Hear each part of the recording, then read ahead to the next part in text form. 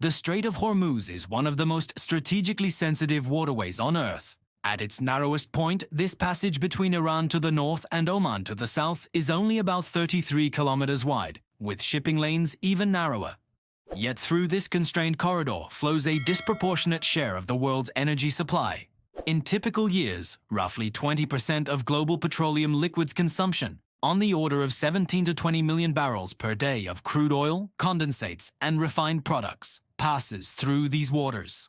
In addition, around 1/5 to 1/4 of global LNG trade, primarily from Qatar, also transits the strait. This makes Hormuz not simply a regional passage, but a structural artery of the global economy. Because of this, any tension in the strait immediately reverberates through energy markets, insurance premiums, shipping decisions, and geopolitical calculations. What is happening there today is not a formal closure, nor a conventional naval blockade in the traditional sense.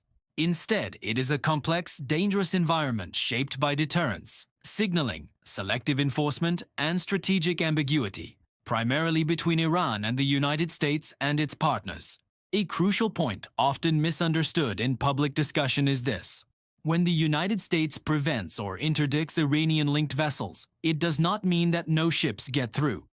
Maritime traffic is never perfectly controllable. Some vessels avoid scrutiny, operate under flags of convenience, use indirect routing, or belong to what analysts call a shadow fleet that trades sanctioned oil through opaque networks. As a result, even under heavy surveillance and interdiction efforts, a number of ships still manage to transit. Likewise, the opposite is also true and equally important. When Iran threatens or restricts passage, it does not mean the strait is physically closed. There are no permanent barriers, mines across the entire channel, or sunken ships blocking navigation. Instead, what Iran creates is risk.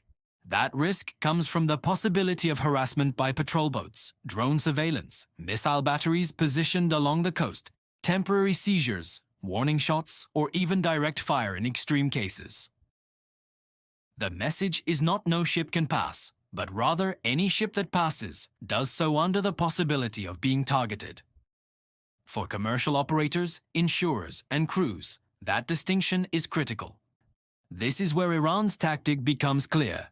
Tehran understands that it does not need to close the strait to exert leverage. Simply making passage unpredictable is enough to disrupt global trade. A quick side note, if you like what we're doing and would like to see more videos like this, please don't forget to like this video and subscribe our channel. Now, back to the video. International maritime law recognizes the Strait of Hormuz as an international transit passage where ships should enjoy freedom of navigation.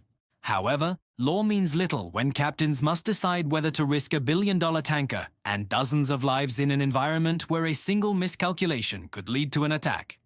By creating this atmosphere of uncertainty, Iran converts geography into political pressure without firing a shot across the entire waterway. From Iran's perspective, this strategy is asymmetric and cost-effective. The country cannot match the conventional naval power of the United States. But it does not need to. Iran's coastline along the northern side of the strait is heavily militarized with anti-ship missiles, radar systems, drones, fast attack boats, and naval mines. These tools are designed not to win a sea battle but to make the area so hazardous that opponents must think twice. This is often described as anti-access area denial, A2AD strategy. Deny easy use of the space rather than dominate it. At the same time, the United States and its partners pursue their own strategy, interdiction and containment.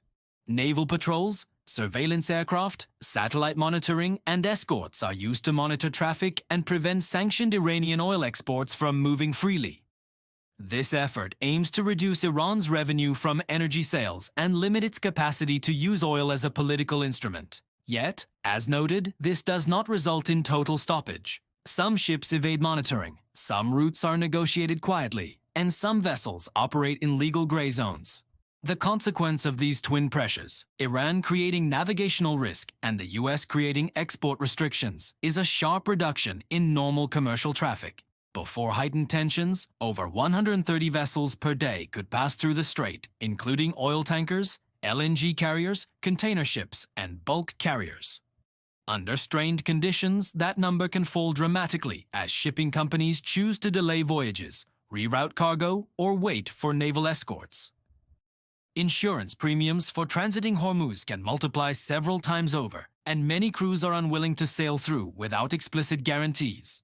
This disruption has outsized effects because the global oil system is finely balanced. Even a perceived risk to 15 to 20 million barrels per day can push oil prices upward rapidly.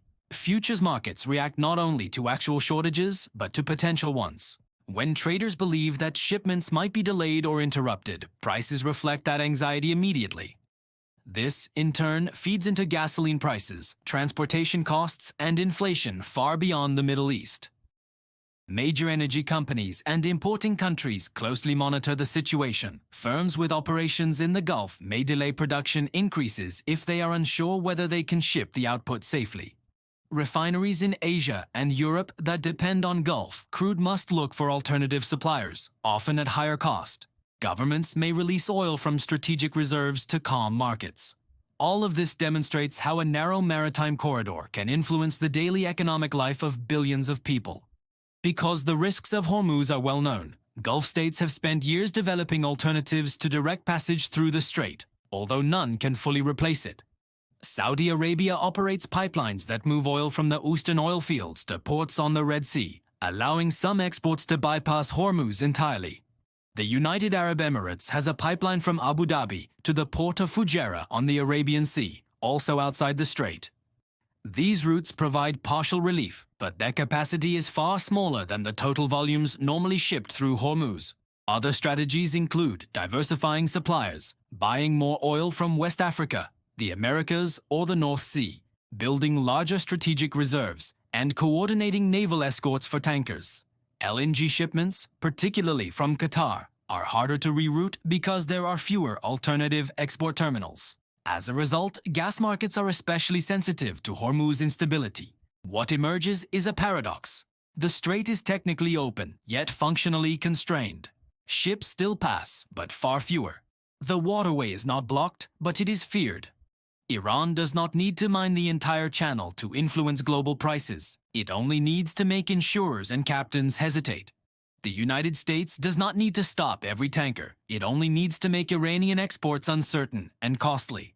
In this environment, Hormuz becomes less a physical choke point and more a psychological and economic choke point. Decisions made in Tehran and Washington ripple outward into shipping offices in London, insurance firms in Singapore, refineries in India, and gas stations in Europe. Ultimately, the situation in the Strait of Hormuz illustrates how modern geopolitical conflict often operates below the threshold of open war. Instead of fleets clashing, there is pressure through uncertainty, lawfare, sanctions, selective enforcement, and signaling. The strait remains navigable, but navigating it has become a calculated gamble. And as long as this ambiguity persists, the world's energy system remains vulnerable to the strategic interplay unfolding along this narrow stretch of water between Iran and Oman. Thank you for watching. Don't forget to like this video and subscribe our channel.